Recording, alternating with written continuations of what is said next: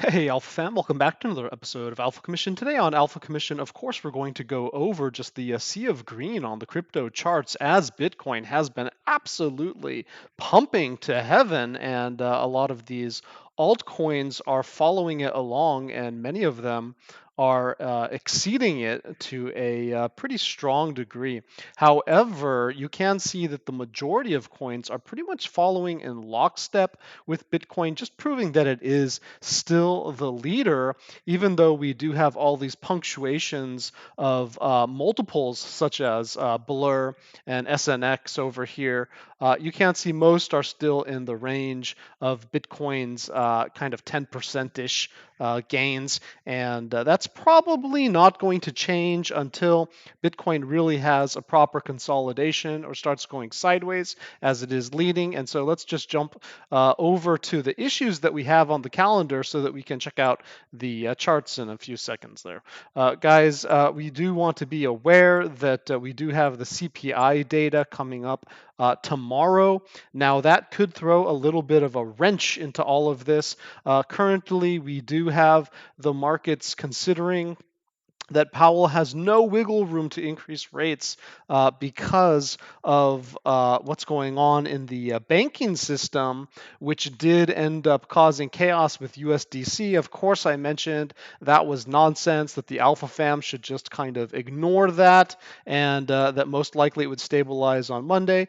Absolutely, it stabilized, and also it was just nonsense. The charts remained bullish. I was bullish, and guys, you can see over here how the markets are treating the projections for interest rates. You can see, half the community thinks it's only going to be zero interest rate increases, and then the other half is thinking 25 basis. Far gone from anyone's mind is 50 basis point increases. So the thing that could cause this to be chaos is if the CPI data comes out extremely hot.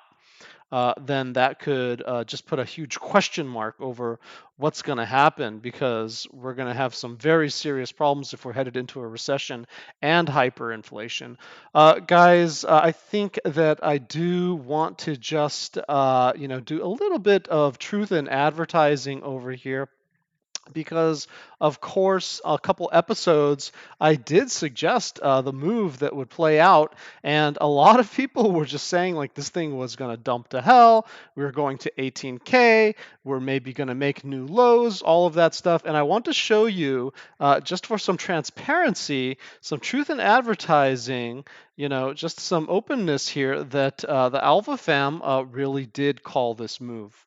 And I am paying attention to this wedge, because this thing could be the little fake out thingy that kind of sends us up.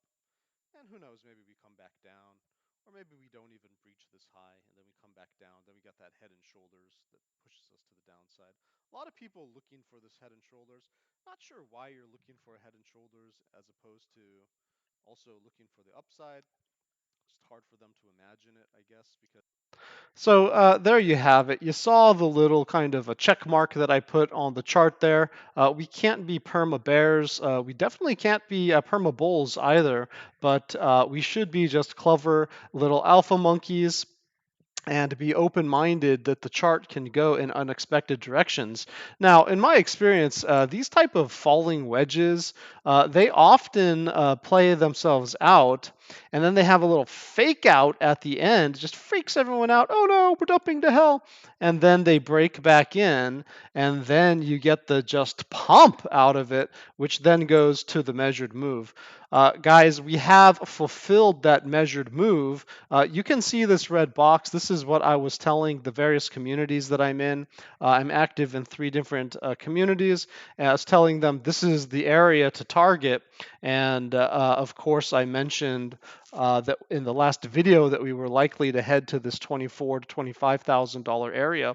If you were paying attention, if you've been watching along with us, you had the alpha before anyone else, before the USDC FUD, before the banking, collapse stuff. Guys, Alpha Commission was telling you that it was very possible that we were going to have the measured move of this falling wedge, and that this would be our target.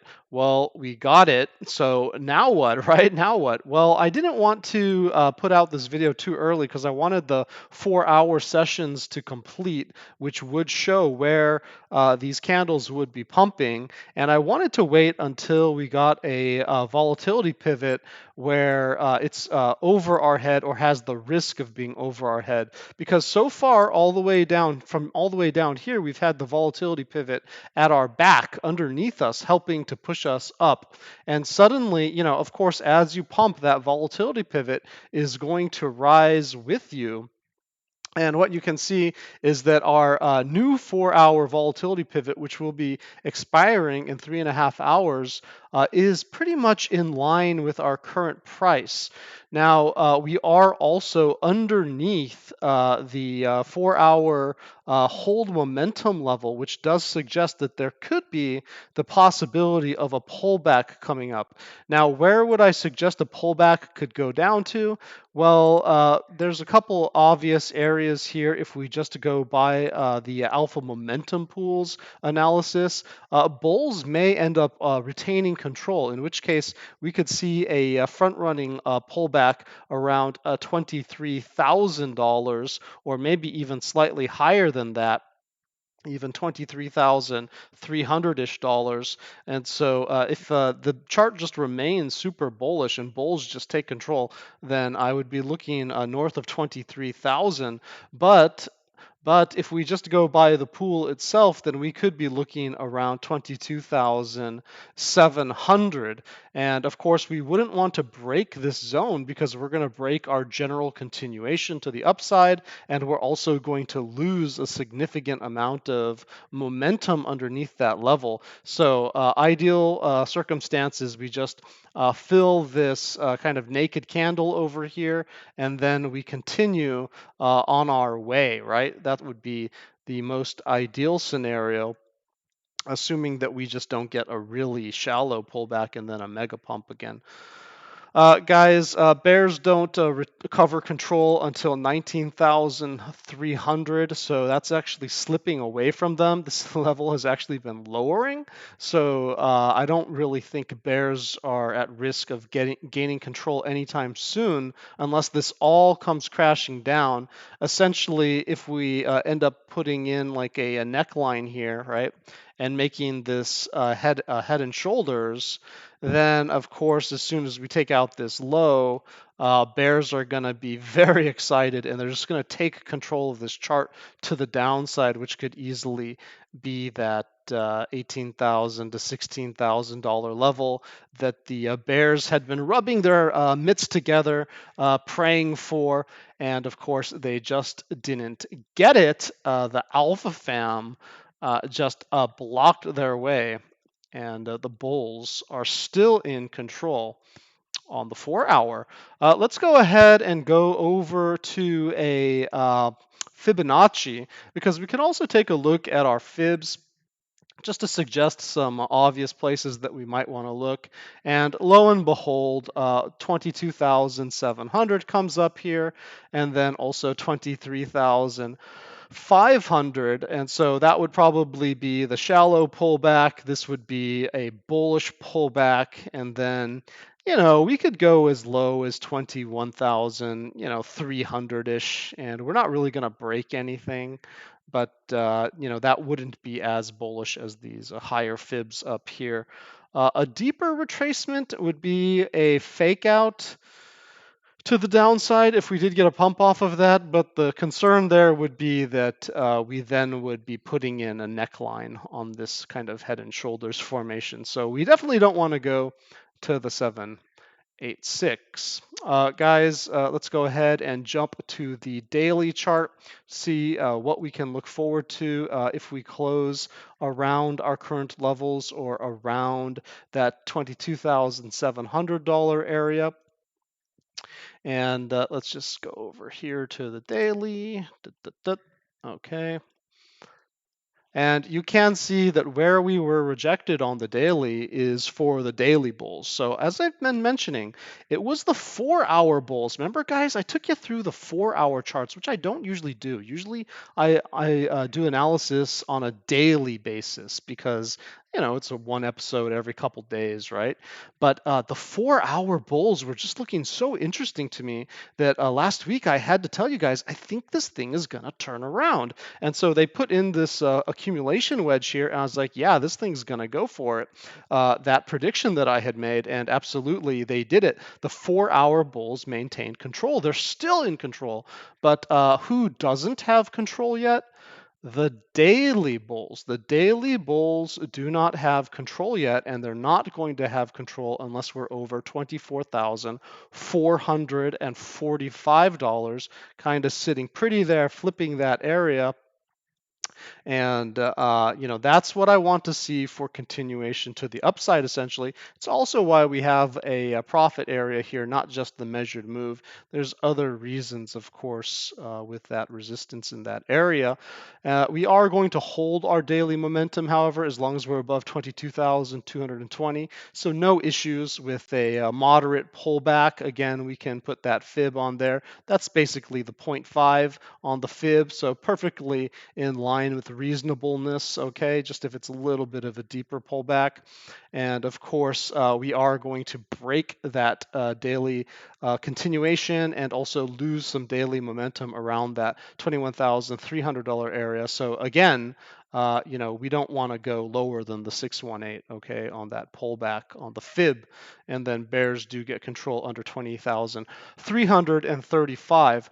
The good news is, guys, look at the daily pivot on, on this chart, okay, it's still down here at 19,870. So even though the bulls aren't in control yet, technically on the daily chart, they do have volatility at their back, and so there is the chance, there is the statistical likelihood that this chart could continue to pump.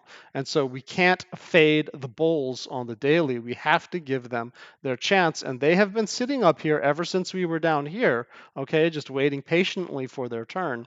And so, yes, on the 4 hour, we might have some type of a pullback, but I'm still watching this daily very intently. And of course, we did take a look at the weekly, and I just want to show you this with our EMAs, where we have recovered the 9 EMA on the weekly. Okay, guys, so where we closed over here was just on top of the 9 weekly on Coinbase chart. There was a little bit of a difference in prices on different exchanges because of all the weird stuff going on. But we closed bullishly above the 9. We closed above the 20. We closed above the 9. Bullish, bullish, and now we're above the 4. Guys, what do I say?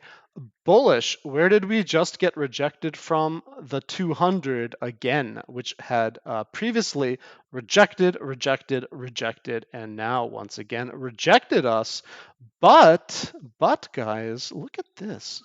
Look at this beautiful little formation that we're putting in here.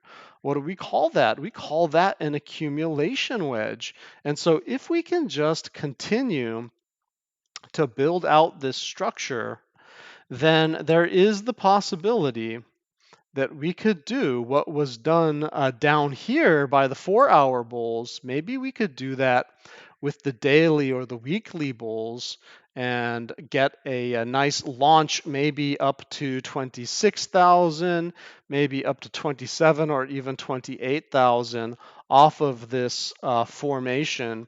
And of course, if we just ignore the wicks there, and you can see that we're pressing quite hard. We could take a conservative kind of measure of this, and let's see, where would that put us? That would put us at the 89 on the weekly, somewhere around 27,000, which could get front run. But you can also see it does run into this resistance over here, where 28 would be. And I do believe if we look at the CME chart, that we should have let's see, we should have our CME gap, yep, right up there around $27,000 to $28,000 on the CME chart. So if we are going to be filling yet another gap, then that would be a logical extension, which might act as a little bit of resistance and send us back down, okay? So guys, that's what I'm seeing here. As long as we don't break those fibs that I was mentioning, we should be pretty good to go. I am being optimistic here. We don't know what this week is going to hold. There are a lot of things up in the air. Of course, it's not just the CPI data. It's also the PPI data. So we do have to be aware that Tuesday, Wednesday, and then of course the 22nd coming up when the Fed and Jerome Powell make their decisions. Those are going to be very critical dates. In the meantime, on the 4 hour, probably a little bit of retracement. If we take a look at that wedge that I just drew out, then again, that's suggesting that kind of 22,000 $622,700 area is a good bounce spot in order for us to continue to have this wedge being just kind of built out, right? And then do our maybe measured move up to 26, 27, 28, whatever comes up here, right? If we're lucky, we can fill that CME gap. Guys, that's your alpha for the day. Stay safe and happy trading.